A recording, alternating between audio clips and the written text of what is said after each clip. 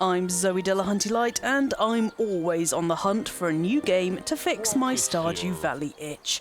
With hundreds of hours into Concerned Ape's masterpiece, I've got to the point where I need something new but also kind of similar, and my search has been exhaustive.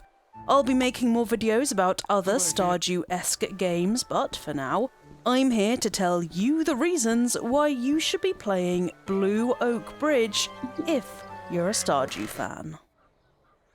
Similarly to Stardew Valley, Blue Oak Bridge and the island of Eloria on which the game is set has seasons accompanied by seasonal fish, foraging, crops and weather. It has the same emphasis on improving your farm to include buildings for livestock, but Blue Oak Bridge isn't a copy of Stardew. It adds features that expand and, if I may be daring for a second, even improve on Stardew's gameplay loop, which I'll be going into more in a later point. For now, know that Blue Oak Bridge is lower tech than Stardew, taking place in a fantasy cottagecore world. So, instead of having machines, you build things like a windmill to grind wheat into flour, and use potions to affect the weather or water more crops in one go. Now, this doesn't mean you have loads of new stuff to learn. In fact, it's easy to familiarise yourself with because it's the usual farming grind, just with some added fantasy seasoning. There's the same balance of materials, like iron ingots, gradually becoming more crucial than money, to unlock upgrades and buildings. Pets also exist in Blue Oak Bridge, but unlike Stardew, these ones follow you around when you bond with them enough, and I myself have a frog with a tail whom I adore. Her name is Pond. Some things are missing, like the selling box you have on your farm in Stardew. However, I actually prefer it that way. Without that handy box, you can't isolate yourself on your farm, as you need to go into town daily to sell crops and fish, interacting with the townsfolk on your way, and more specifically, the cannily mustachioed Alonzo, who's a significant player in the Blue Oak Bridge community and its main storyline. Later on, you can sell the food you cook in town, even setting your own prices. A careful balancing act between getting that green but not charging so much the villagers won't buy your food and they're left to rot in their bell jars. Succeed in this endeavour and you might even be able to open up your own cafe. Just saying. Replacing the community centre and Gunther's library in Blue Oak Bridge is the library, its magic Blue Oak, and its custodians. I'm more partial to a quiet library than a buzzing community centre, if I'm honest, that's the autism. And that's definitely helped by Blue Oak Bridge's added attention to the compendiums you're responsible for completing. Each section, sea life, plant life, wildlife, and Elorian goods, has its own caretaker NPC, who's invested in the completion of their assigned compendium, and responsible for writing the compendiums once you've provided enough research, which basically means collecting items and donating them to the library. Genomos will forever have a place in my heart, but I actually prefer the library in Blue Oak Bridge. The caretakers each have their own histories, ambitions, and connection to the library, and as I gradually researched each compendium, they would come to congratulate me on specific milestones. Each time I heard more of their story, sometimes with bitterness being replaced by hope, or restoring someone's confidence after a devastating accident. Of course, all that is grand, but if you're the more material type, don't worry, as you still get rewards and unlocks with each milestone, so there's something in completing the library for everyone.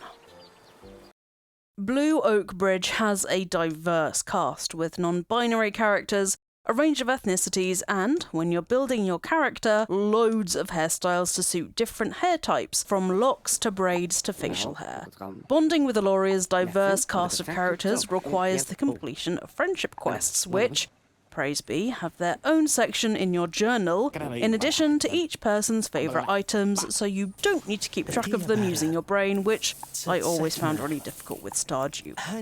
Get to know the inhabitants of Eloria and you won't be let down. Each of them has their own issues and rewarding story behind their cartoonish design, especially Hazel, the Witch of the Woods, who I have a soft spot for.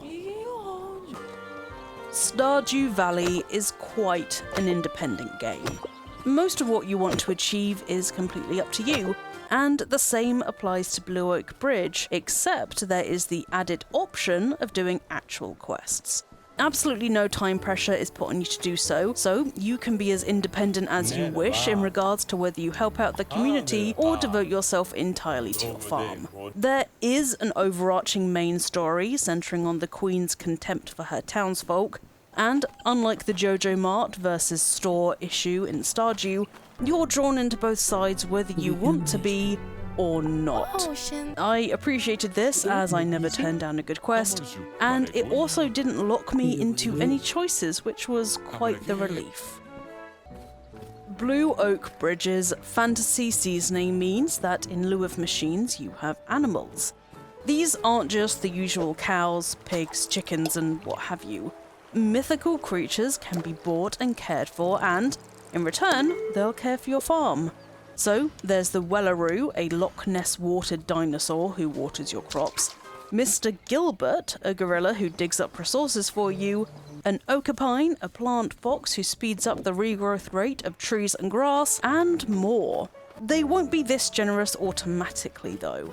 Bonding with them over the course of the seasons is essential if you want them to lend their talents to your homesteading. I really like this as it means you have to actually put time into bonding with the animals over the course of the seasons. So by the time they actually start helping you out on your farm, you actually have quite the soft spot for them, which is cute. Pelican Town isn't alone in having suspiciously abandoned mines, as Aloria suffers from the same issue. Unlike Stardew's mines, where the ladder down to the next level is unfortunately hidden under a rock, the health and safety in Alorian mines is much better, and you don't have to mine until you stumble upon the way down. Instead, there's a clearly signposted staircase hidden in each maze-like floor. Again, I do kind of prefer this, as I can make progress in uncovering the mine's levels if I want to, without having to waste time mining and draining my energy to find the way down. Or, if I want to farm some resources from the beasties down there, I can immediately go to the next level once I've cleared the one I'm currently on, without having to waste time and energy hunting for a ladder. By the way, Blue Oak Bridge builds in diminishing returns to the mining and combat system to encourage planning with runs like that. You actually do less damage based on how much energy you have remaining, meaning at certain points you can't kill any more creatures, as hitting them with your special sword does pretty much nothing. Finally, Blue Oak Bridge looks so very different from Stardew Valley, and although I wasn't quite sure of it at first, I've grown to love its charming, vibrant design. It reminds me of Pixar or Disney concept art, and I really adore the fact that in each separate location you have trees or mountains or beams from the inside of a house in the foreground, framing every single scene you walk through. It's truly beautiful and distinct, and I'm kind of obsessed with the way that my pet frog is depicted. I don't know why.